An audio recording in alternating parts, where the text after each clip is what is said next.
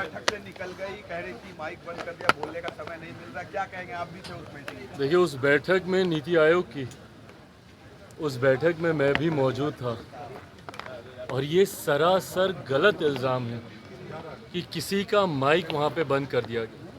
पहली बात तो जब ये विपक्ष बोलता है कि माइक बंद कर दें, उस माइक का कंट्रोल वहाँ पे बैठे किसी भी व्यक्ति के हाथ में नहीं होता है, उस व्यक्ति के खुद के हाथ में होता है। ना लोकसभा में, ना राज्यसभा में, ना ऐसी किसी बैठकों में। ऐसी बैठक में माइक सामने लगा होता है, ऑन ऑफ का स्विच सामने ही होता है। तो ये बात बोलना सरासर झूठ है जब कोई ये बोलता है कि मेरा माइक बंद कर दिया गया। हाँ, हर मुख्यमंत्री को, क्योंकि समय की बाध्यता थी, ओपन एंडेड अगर डिस्कशन को रखा जाता तो संभवतः हफ्तों तक ये बैठक ही चलती रहती। ऐसे में हर मुख्यमंत्री से ये विनम्रता पूर्वक आग्रह किया गया था कि अपनी बातों को संक्षेप में एक तय समय सीमा के भीतर रखा जाए। जब वो समय सीमा पूरी हुई, सिर्फ एक रिमाइंडर के तौर पर उनको ज़रूर, जैसे तमाम मुख्यमंत्री को दोबारा से नोटिफाई किया गया कि भाई आपका समय समाप्त हो रहा है, इस तरीके से। बट उसके बाद जिस तरीके से बंगाल की मुख्यमंत्री ममता बनर्जी जी एकदम से उत्तेजित होकर उस बैठक को बीच में ही छोड़कर चली गई, मुझे लगता है ये आचरण गलत है। अगर आपको अपनी बात को रखना भी है, कोई नाराज़गी भी है, तो आप वहीं पे रखती ना, बोलती कि अभी मुझे और बोलना है, मुझे और कहना है। हम सब वहाँ पर मौजूद थे।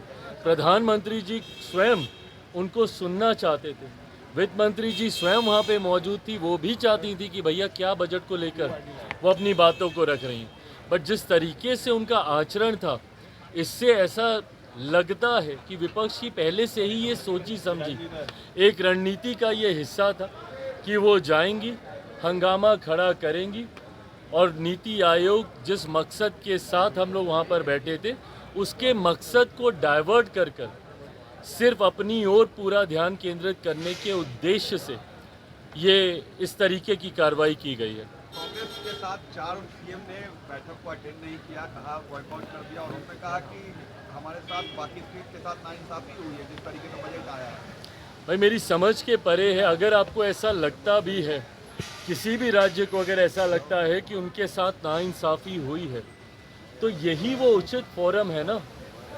नीति आयोग की बैठक ही वो मंच है जहां पर जाकर आप प्रधानमंत्री जी के समक्ष अपनी शिकायतों को आप रख सकते थे। इस मंच पर जाकर अपना एतराज़ आप दर्ज करा सकते थे, अपनी आपत्ति आप दर्ज करा सकते थे। और जो लोग ये बोलते हैं कि हम लोग के साथ भेदभाव हुआ, पहली बार देश में एक ऐसा बजट एक लंबे समय के बाद देखने को मिला जिसने पिछले 10 सालों में देश की मजबूत होती अर्थव्यवस्था का लाभ जनता को पहुंचाने का काम किया।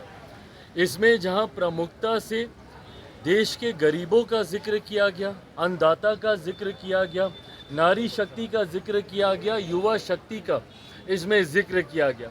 ये ऐसे सेक्टर्स हैं जिसमें प्रमुखता से उनको लाभ पहुंचाने के लिए योजनाओं की और राशि की घोषणा की गई। जो राज्य कहते हैं कि उनके साथ अनदेखी हुई, क्या उनके राज्य में गरीब नहीं है? क्या उनके राज्य में महिलाएं नहीं हैं? क्या उनके राज्य में किसान नहीं हैं? क्या उनके राज्य में गरीब वर्ग से आने वाले युवा हो, महिलाएं हो, किसान हो, क्या ये लोग नहीं हैं? तो सिर्फ राजनीतिक हंगामा करने के लिए, और मैं दावे के साथ कहता हूँ कि भाई ये लोग पिछले बजट भी निकाल कर दिखाएं कि किस किस राज्य को कितना कितना आवंटन किया गया है जब सरकार कांग्रेस के नेतृत्व में चल रही थी। यूपीए की सरकार हो या उसके पहले की सरकार हो, कितने राज्यों का जिक्र किया गया। और मुझे ताज्जुब तो सबसे ज़्यादा राजद और कांग्रेस पर होता है। क्या राजद को खुशी नहीं होनी चाहिए कि भैया बिहार को एक बड़ी राशि आवंटित की गई है, इंफ्रास्ट्रक्चर डेवलपमेंट को लेकर हो, यहाँ पर सड़क को लेकर हो, पुल के निर्माण को लेकर हो। बिहार की सबसे बड़ी समस्या बाढ़, जिसका जिक्र हमेशा मैंने बिहार फर्स्ट, बिहारी फर्स्ट के माध्यम से मैंने किया। उस बाढ़ को लेकर लगभग 11,000 करोड़ की राशि अलग से आवंटित की जाती है। ऊर्जा को लेकर अलग से राशि आवंटित की जाती है। इंफ्रास्ट्रक्चर को लेकर राज्य में अलग से राशि आवंटित की जाती है। तो भैया, अगर बिहार जैसा राज्य जिसके लिए लंबे समय से हम लोग भी मांग करते थे भैया कि बिहार को विशेष राज्य का दर्जा मिलना चाहिए, बट स्पेशल कैटेगरी स्टेटस जब तक नहीं मिलता है, ये मांग भी हम लोग की थी कि बिहार को एक स्पेशल पैकेज मिलना चाहिए। आज मैं धन्यवाद करूंगा माननीय वित्त मंत्री जी का, और विशेष तौर पर मैं धन्यवाद करूंगा मेरे प्रधानमंत्री आदरणीय नरेंद्र मोदी जी का।